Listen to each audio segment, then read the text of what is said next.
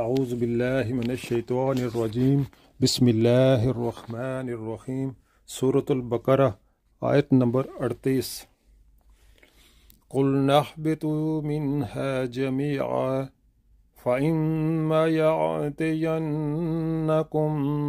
مِّنِّي هُدًى فَمَن تَبِعَ هُدَايَ فَلَا خَوْفٌ عَلَيْهِمْ وَلَا هُمْ يَحْزَنُونَ۔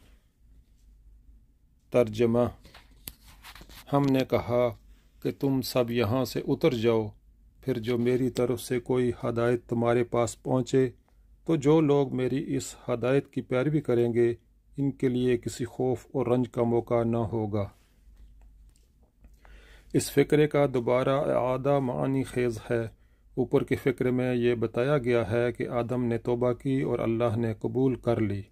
اس کے معنی یہ ہوئے کہ آدم اپنی نافرمانی پر عذاب کے مستحق نہ رہے، گناہگاری کا جو داغ ان کے دامن پر لگ گیا تھا وہ دھو ڈالا گیا۔ نہ یہ داغ ان کے دامن پر رہا، نہ ان کی نسل کے دامن پر، اور نہ اس کی ضرورت پیش آئی کہ معاذ اللہ خدا کو اپنا اکلوتا بیچ کر نوع انسانی کا کفارہ ادا کرنے کے لیے سولی پر چڑھانا پڑتا۔ برعکس اس کے اللہ نے آدم علیہ السلام کی توبہ ہی قبول کرنے پر اکتفا نہ فرمایا، بلکہ اس کے بعد انہیں نبوت سے بھی سرفراز کیا تاکہ وہ اپنی نسل کو سیدھا راستہ بتا کر جائیں۔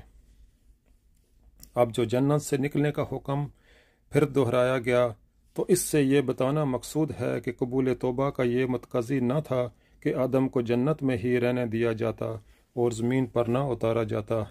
زمین ان کے لیے دارالعذاب نہ تھی، وہ یہاں سزا کے طور پر نہیں اتارے گئے بلکہ انہیں زمین کی خلافت ہی کے لیے پیدا کیا گیا تھا۔ جنت ان کے اصلی جائے قیام نہ تھی، وہاں سے نکلنے کا حکم ان کے لیے سزا کی حیثیت نہ رکھتا تھا، اصل تجویز تو ان کو زمین پر اتارنے کی تھی۔